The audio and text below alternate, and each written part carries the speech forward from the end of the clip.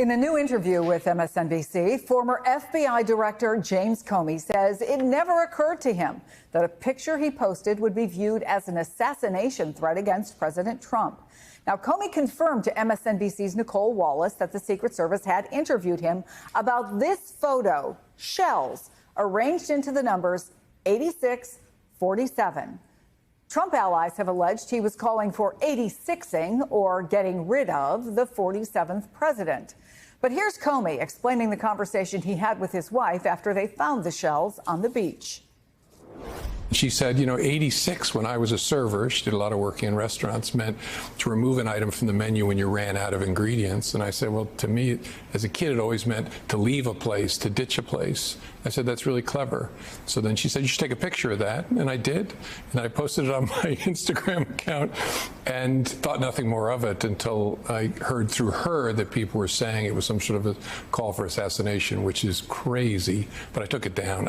Even if I think it's crazy, I don't want to be associated with violence of any kind.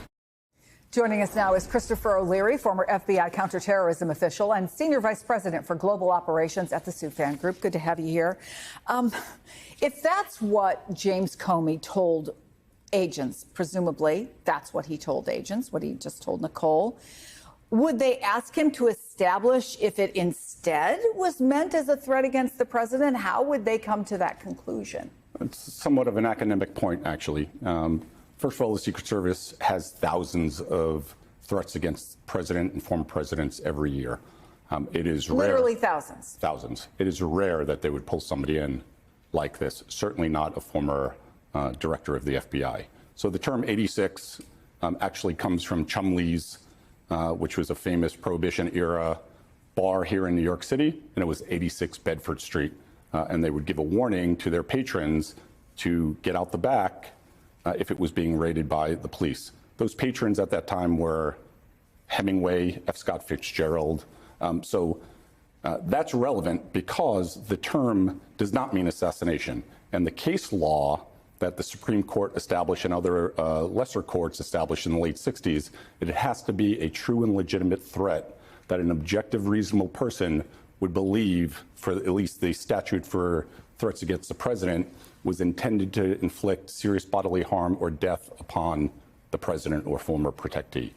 So James Comey also told MSNBC that he has been cooperating with the investigation so far. Let me play that for you.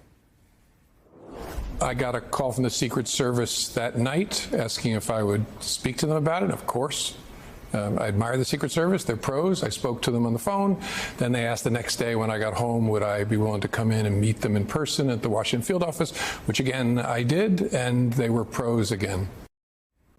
So he doesn't have anything bad to say about them. Does it put pressure on DOJ, though, that Donald Trump has said he believes Comey knew exactly what he was doing? Well, it certainly does, because DOJ has been completely rebuilt with what appears to be loyal followers of the administration. Traditionally, the two charges that you would pursue, the one, Title 18, 871 is threats against the president, and the other one is 875, interstate threats. You have to meet the components of those statutes. You're nowhere near here. So DOJ supporting a prosecution in this, it would have to come from top down, because, no U.S. Attorney's Office, no line prosecutor is going to be able to support an investigation and move towards, anything close to a charge.